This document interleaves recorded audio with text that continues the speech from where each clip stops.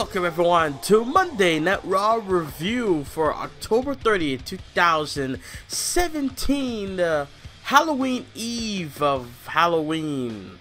I don't know if that's a saying, but yeah.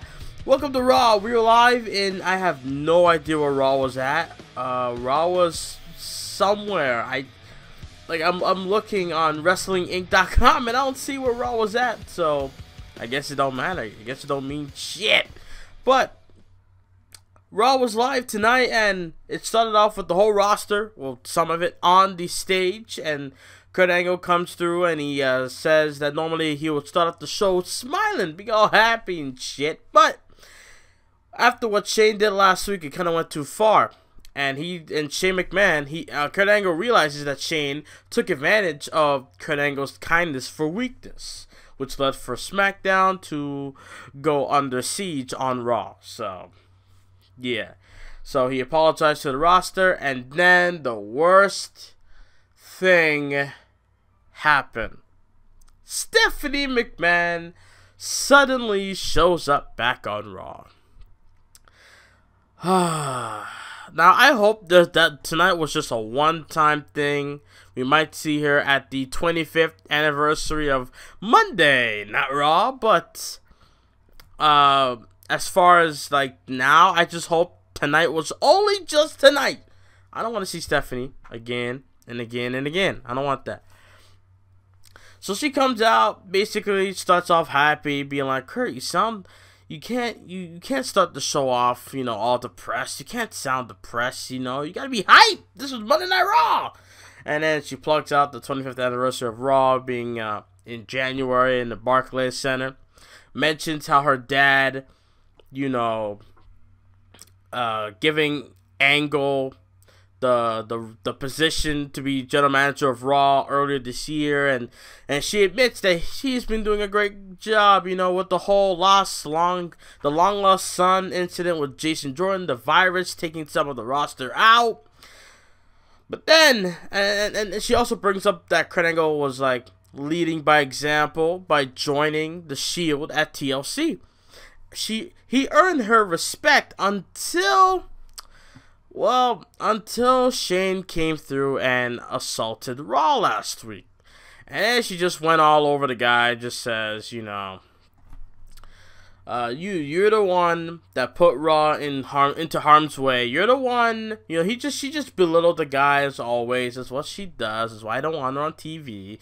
But this is the one time when she belittles someone that I can actually agree with. I mean, I don't like it when she's just yelling at someone. Like, do you yell at people backstage like that? Oh my god. But I agree with what she says though. Kurt Angle, he kind of fucked up. He shouldn't trust Shane, especially when it's a season like this, when it's Raw versus SmackDown in the air. Why the hell would you be like, hey Shane, what's good, homie? Be all buddy and shit. I don't get it. So yeah, then she says, you know what?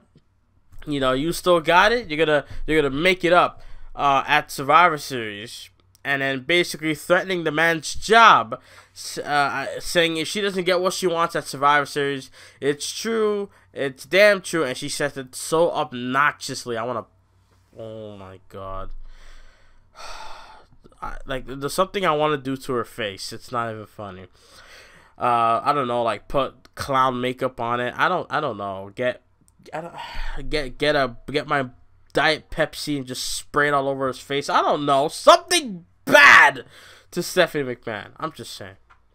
Anyways, so after that, they announced that Rollins will take on Kane. I haven't forgotten about Hell in the Cell 2015 when the WWE title was on the line, and it was not in the Hell in the Cell match. I didn't forget about that. Cesaro versus Finn Balor. I thought, okay, good, that's a good match. Balor, Cesaro, oh, that's perfect, right? And then also brought up with that Alicia Fox would be taking on Bayley. So then after that, Stephanie McMahon says, you know, backstage when she's getting in her limo, thank God she got in her limo and just leave. She just left like fly shoe, right? She just left. I'm like, thank God, yes, get in your limo, that nice looking limo, and get up out of here. We don't need you, please. Yeah, I'm sorry. I'm sorry. I just don't like Stephanie McMahon when she's on Raw. When she's not on Raw, I think she's a wonderful person. But when she's on Raw, I swear to God. That's simple. So she leaves, and then Miz comes through, late as hell, by the way, and then Miz asks Angle, hey, did I miss anything? You know, and then Angle was like, yeah, you missed Stephanie's announcement. You know, that I'm going to be on the Survivor Series team, and I'm the captain. And then he's like, and then Miz is complaining about it. It's like, how do you award, like, is there no rules for Kurt Angle? And Kurt Angle's like, shut your hole. Shut it up. Shut up. You know? I'm tired of hearing you talk. I'm tired of your shit. You know what? Where were you last week when the whole Raw went under siege? You weren't even there. I don't want you to represent Raw. I don't want someone to represent Raw when they are a coward, you know, or they're late, you know. So what does Angle do? He got my freaking hopes up. He's like, you know what? You're going to defend the Intercontinental title tonight. And I'm like, oh, yes. I said this. I think I said this last week. But I've been meaning to say this, but people are complaining that Miz and Corbin going to happen at Survivor Series, which I don't like it either. So I'm thinking maybe one of them will defend the title. I think Miz should lose the title, and Corbin keeps his because he just won it. You know, because Miz been in the Intercontinental title picture for how long, you know? So I'm thinking I'm gonna get something good tonight. But I'm like, okay, but who's there? I didn't think about it, but now I should have thought about, like, who is there? I mean, Finn Balor's busy, Cesaro and Sheamus. I mean, Rollins and Ambrose, hell no. Like, who's there? You know, who's there? I mean, I would have thought Jeff Hardy, but he's hurt. So who's there? Roman Reigns is sick. Bray Wyatt is sick. And thank God that virus, whatever he got, that meningitis thing, that saved his career. What career? His little bit of what career he has left in WWE. Because if he came out with the white paint or whatever, the way how the picture looked, or the way how he looked as Sister Abigail, he would have looked like that at TLC. So that viral meningitis did us a huge favor. It did him a huge favor. I'm sorry. It's the truth. So yeah, that happened. So then Bayley's supposed to face Alicia Fox. Alicia Fox comes out looking ridiculous, but I'm not gonna lie, I would smash her with that outfit. I'm not crazy. I'm not high. I'm not drunk. I'm just stating facts.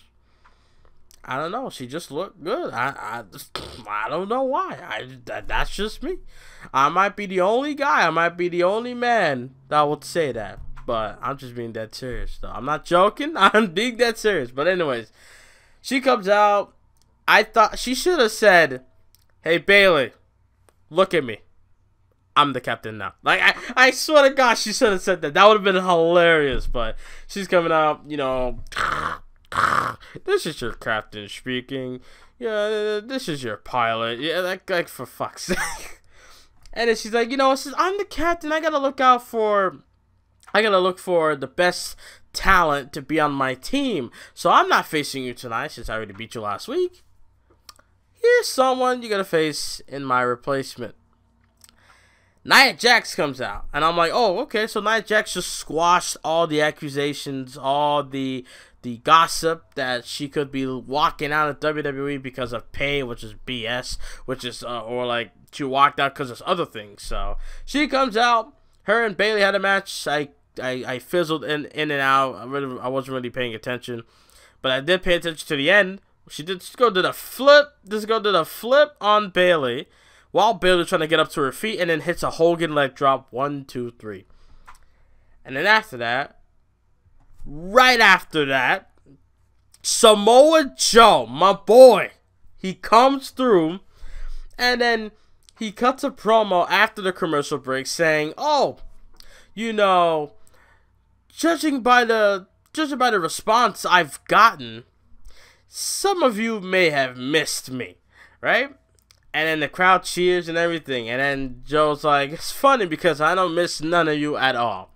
You know? And then he says he doesn't care about the fans, that they didn't reach out to him while he was gone. Joe will use their disrespect against any man that tries to step into the ring with him. Then Apollo Crews come out. I'm like, Apollo Crews? Okay, this is kind of interesting. I don't know where this is going, but let's see what happens. And then, decent little match with Joe. Dominates, as always. Joe had a little funny moment when he picked him up for that Uranagi slam in the corner. He's like, boy, if you don't get your ass off. I was dying, bro. So he beats Cruz with the Coquina clutch. Titus O'Neil got involved. Joe backs off. The second Titus turns around. Shouldn't do that. And then Joe got him with Coquina clutch. And he's like, go to sleep, ho. Go to sleep. And then after that, we have The Miz defending the Intercontinental title. I'm like, who is it going to be? And then the Hardy Boys music. And I'm like, what? No. I didn't want Matt. I might be the only guy. I'm not hating on Matt. Nice to see him in this position, but at the same time, it's like, I know he's not winning this match. At least someone that I know would have won this match. So I would have let Braun Strowman come out for this instead of the ending. I mean, I love the ending, but I mean, we'll get to that. So Matt Hardy comes out and he's like, you know, delete, you know, yeah, then do the Hardy. He's in between this whole, you know, Matt Hardy's, oh my god, he's gonna fall worse than he ever did. I can already see it, bro. Some may have seen it months ago, but I'm just saying it now because the second Jeff Hardy gets back, this guy ain't gonna do shit. I'm watching main event on the weekend because I was really bored. And I just see Matt Hardy and I'm like, how is Matt Hardy on the fucking main event? God damn. This guy was the talk of the town last year. And the second he leaves TNA, what happens? Oh, Lord. But I gotta give him credit. This match was great with Miz. Probably best match of the night. And in the end, the Miz, he dropped him on the top rope and then hit him with the Skullcrusher finale. Every time Miz goes for the Daniel Bryan kicks and the Daniel Bryan drop kick in the corner, I have to turn off my damn screen because I do not want to see that. I can't stand it. I hate it. I can't stand it. That's why I hate the Miz on original mother. Anyways, Bliss comes through talking shit about Mickie James, saying that she can help Kurt Angle keep his job, you know, cutting out some dead weight. And it's funny how she said that because that's exactly how I felt about Darren Young, Summer Rae, who got fired recently, who got let go rather this weekend, you know, because I felt like Darren Young was probably one of the biggest wastes they have on their contract, and I'm glad they let him go because they had nothing for him unless he's gonna join the titles worldwide. He ain't doing dick. He ain't doing shit. No point of keeping him on the contract. And Summer Rae hasn't done nothing since last year. Why is she still on the contract? So I don't know if Summer Rae was willing to go, but at the same time, you ain't doing shit. So get up out of here. Simple. That's how I feel. You know, I feel like they should have never broke up the Primetime Players back in 2014 to begin with, and also they should have used Summer Rae when they had the chance when she was cleared. But look at them now. They're gone. So, oh well. And I'm sad that Emma's gone. And, you know, she just had 2 decent matches with Asuka. I'm sad that she had to go. But in the end of the day, this is business. She can come back. Darren Young can come back. Summer Rae can come back in the end. So it's not really going to matter. So, yeah. So, Bliss says about cutting dead weight. Like Mickie James, she suggested, hey, why don't we just replace it with the competitor from the Mae Young Classic? Hell, even digging up May would be better. I'm like, that's fucked up. That is fucked up, bro. Oh, my God. And then Angle brought up the fact that Bliss ran away while the Under Siege was happening. Attack happened from SmackDown and brought up that, you know, in the main event. And I'm like, in the main event? So Rollins and Kane not the main event. I mean, that's good, but at the same time, it's like, damn, you ain't got shit, do you? So Mickie James and Bliss was the main event, even though the main event, oh Lord Jesus Christ, TLC was way better. I can tell you that from right now. So we had Asuka finally take on a local talent after this whole backstage segment. Asuka takes on a local talent. The match was like 3 minutes, 2 minutes long, and Asuka lock 1, 2, 3, 1, 2, 3. Asuka lock, tap out, done, simple. After that, why is Kurt always on his phone? But when Kurt was on his phone, he yelled to this walkie-talkie. He's like, "Everyone, get in here! Get in here! They're here! They're here! The invasion's happening! They're here!" And then the camera pans to Daniel Bryan. I'm like, what? What are you doing? Are you trying to die? Are you seriously gonna come on Raw? They're not gonna take your word seriously, Bryan. What are you doing here? And then Angle's like, "What the hell are you doing here, bro?" And then Daniel Bryan's like, "Look, he's trying to convince Kurt Angle. I had nothing to do with Shane coming out and getting involved with the SmackDown shit.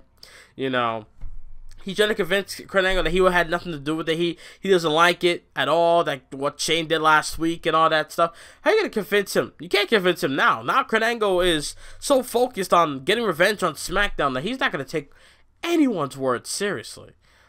So Kurt Angle's like, "It's best that I leave you in my office. That way you won't get hurt. Cause I'm pretty sure the second you leave my office, all members of Raw superstars are gonna on the Raw roster is gonna come after you. So it's best you stay in my office." So Bryan's in the office chilling. He's on his phone. I think he was talking to Bree, if not anyone else. I don't know. I doubt he was talking to Shane. So he's backstage just talking, right? He's just talking on his phone. And then the lights went out. And I'm like, what the fuck is going on? And then the second Daniel Bryan's like, "Oh, I'm gonna call you back. Something's apparently wrong." And then Kane, I guess Kane telling Daniel Bryan, "I never liked that Team Hell No shit. Fuck you." So he choke slams him. And then it's like everybody's shocked. And then Booker T, with no absolute chill at all, but he's kind of right at the same time, says Daniel Bryan got what he deserved. And Corey Graves and Cole is sitting there like, "Are you out of your mind?" And then Booker's like, "Bro, he came out enemy territory. You got to keep your head on a swivel. That's his fault." I was just dying. That was just funny. And then after that, we had Balor and Cesaro, a mediocre match. Actually, I'm not going to lie. Okay, fuck that. Screw that. Never mind. I'm joking. This match was at least decent to good. In the end, Balor with the standing coup de grace, I guess. Well, he's on the top rope, and he does a double foot stomp to the back of the skull of Cesaro and gets a W. That's pretty much it. And he's celebrating, going up to the stage, and then Kane's awesome theme music hits with the sound effects and the freaking pyro. And then he comes out, and he beats up Balor, does Kane, and he tombstones, which was the worst looking tombstone, mainly because the man's freaking head did not touch the damn stage ramp. It didn't touch it at all. I was watching his head. His head did not connect onto the floor. Bad angle by the cameraman. I'm just saying. So he tombstoned him, and that's pretty much it. And he has his match with Rollins. I didn't really care because I've seen these guys battle way too many times before. Back in 2015, 2015. Yeah, it was 2015. I remember the Raw before Hell in the Cell and then Hell in the Cell that same week. So I didn't need to watch this.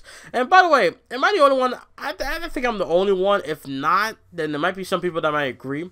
I kind of want Seth Rollins to go back to Burn It Down. I'm kind of tired of the Shield thing already, especially with the Shield theme music being the Sierra Hotel India Echo Lima Delta Shield with freaking Roman Reigns' theme song right after it. I always get hope whenever I hear those words, and then if I hear that darn it, that recognizable beginning of Roman Reigns' theme song, then I was like, you know what? Just drop this whole Shield thing. I'm done with it. I'm done. Like TLC, that was good enough. Now we don't need to see this dumb out. I'm sorry. I want my Burn It Down. That's what I want. I want my Burn It Down. Seriously. So yeah, Kane defeats Rollins, hit him on a chokeslam, 1, 2, 3, and then after that, Ambrose saves Rollins from another chokeslam attempt from Kane, hits him with a dirty deeds, and then Kane sits up as Ambrose was checking on Rollins. Ambrose saw Kane. He could have kicked him down. He could have done something, but what did he do? He just stands there like he's frozen, like he's a deer in the headlights, and then he sees Cesaro and Sheamus, and he jumps them, and then Kane gets involved, and then Kane chokeslams Dean Ambrose, and Seth Rollins all dramatic and shit, try to go on top of him like, I got you, bro. I got you, bro. My breath is hot, but I got you. I don't know. And then after that, we have Daniel Bryan getting loaded onto a stretcher. Yo, what's up, Devon Dudley and Jamie Noble? Just saying. And yeah, they keep replaying Angle with Stephanie over and over again. Good God. Miz is backstage with Axel and Bo ready to celebrate the Intercontinental title retain win. Into the locker room, and then it just smelled awful, you know? And then they showed the garbage bag. I'm like, garbage? And in the second one, Miz brought up Braun Strowman. I'm like, oh, that's true. They put him in a garbage truck. Oh shit, that was great symbolism there. The symbol of tonight's episode of Raw, garbage bag with garbage in it. That is hilarious. And then, you know, Axel and Dallas is like, yo, chill, man, chill. Don't worry about it. And Miz is like, yeah, now I'm worried. Yeah, now I'm worried. So then after that, Miz is trying to suck up to Kane, but Kane is like, nah, fam, you good. Tell Braun, you know, Braun knows where to find me if he's looking for me. And then Miz is trying to be like, yeah, me and you, we're on teams. And then Kane's like, teams? You're on your own. And he starts laughing, all maniacal and shit. Then I'm gonna skip. What the fuck was this? What in the absolute fuck was this?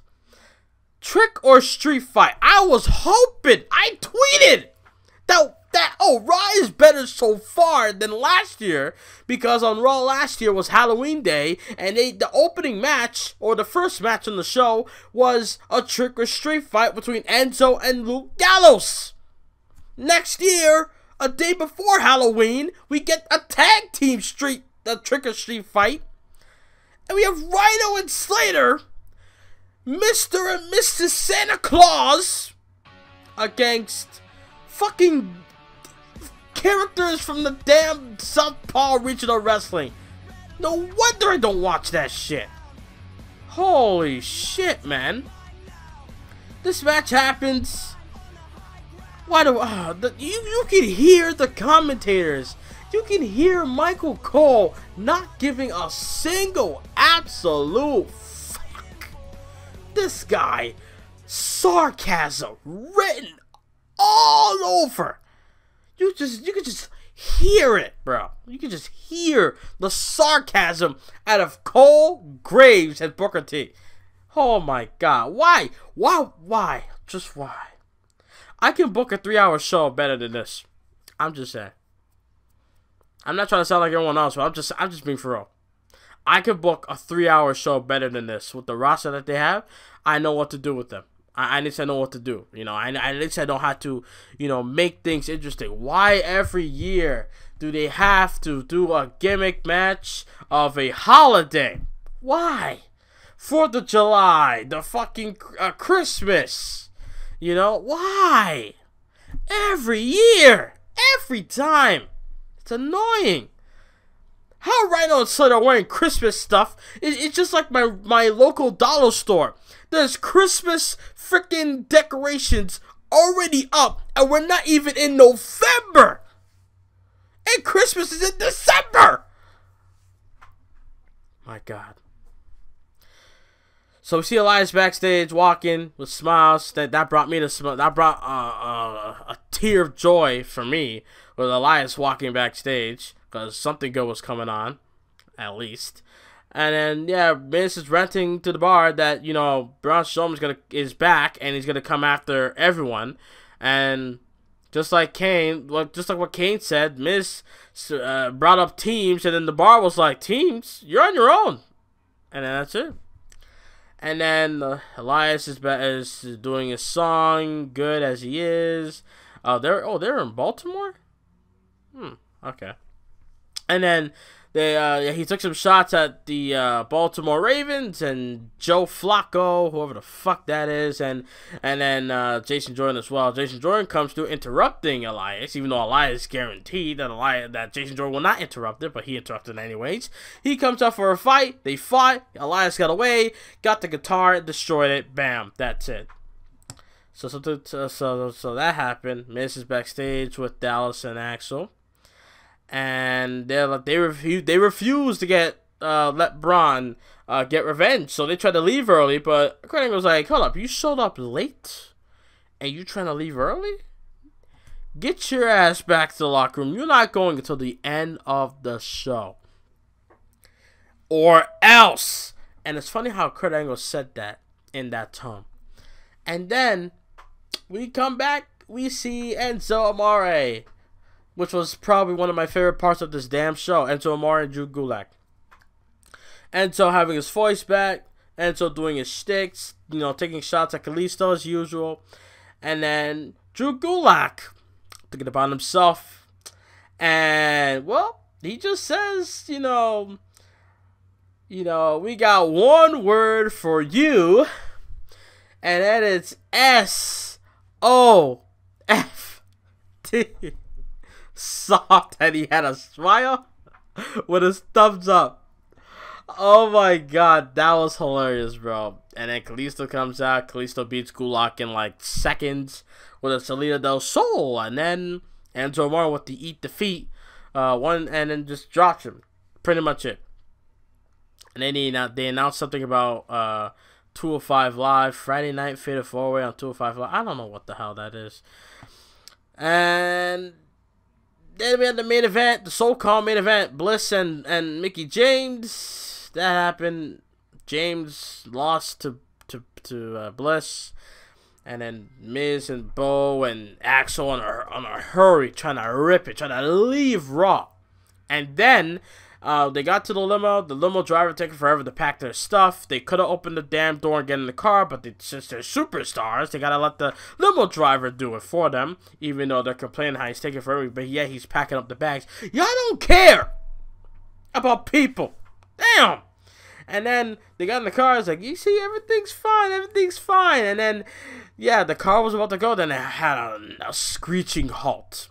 There was a garbage truck in the way, and then garbage truck backing up. I'm like, oh shit, the garbage truck is gonna squish them. Oh, that's gonna be lit.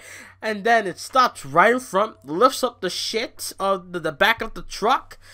All the garbage bags, all the garbage, all the trash. You know, that's what Stephanie McMahon is. All the trash, all the garbage come out, right? And then this was some ridiculous editing.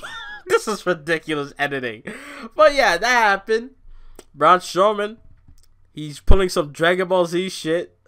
You know, when Goku turns Super Saiyan, he's all dramatic and he's like lifting his head up and shit. So Braun Strowman, he looks up, and then for some reason, he could have just went after them.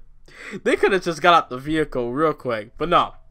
He just stands there and just yelled, Braun, and shit. And then they got out the vehicle. They're running for their lives. Braun Strowman got on top of the limo, jumped off it, and chased after them, while Bliss is celebrating in the ring. And then Braun Strowman got up to them, beat up all of them. He does like 5 power slams to Curtis Axel, and then puts Curtis Axel through the announce table. Braun Strowman is out for blood. Miz better watch out, because Braun Strowman ain't finished with you. So that's Monday Night Raw. What do I think? 2 hours of it was good to me, and the rest of it sucked. It was boring. Now, the Braun Strowman part does not matter when it comes to the entire hour of Raw, so I gotta say that segment was great by itself. You know, if that was in the second hour, then it probably would have been a great Raw for me, but nope. So I mean, it's a good Raw overall, because I like 2 hours out of the 3, or like, cause like there's like 2 hours that was good and 1 hour was bad, so I guess it's a good show to me overall. But at the same time, I just don't know how I feel about it. So what do you guys think? What do you guys think of Raw? I'm pretty sure it was a sucky ass Raw for y'all. If it was, let me know in the comments below. I'm just being real, so you can't really say shit. I mean, tell me, am I wrong? Am I wrong how I feel about Raw? Leave your comments down below. Leave a like, subscribe, follow me on Twitter @boy123gym, and I'll see you guys next time, and I'm out. Later.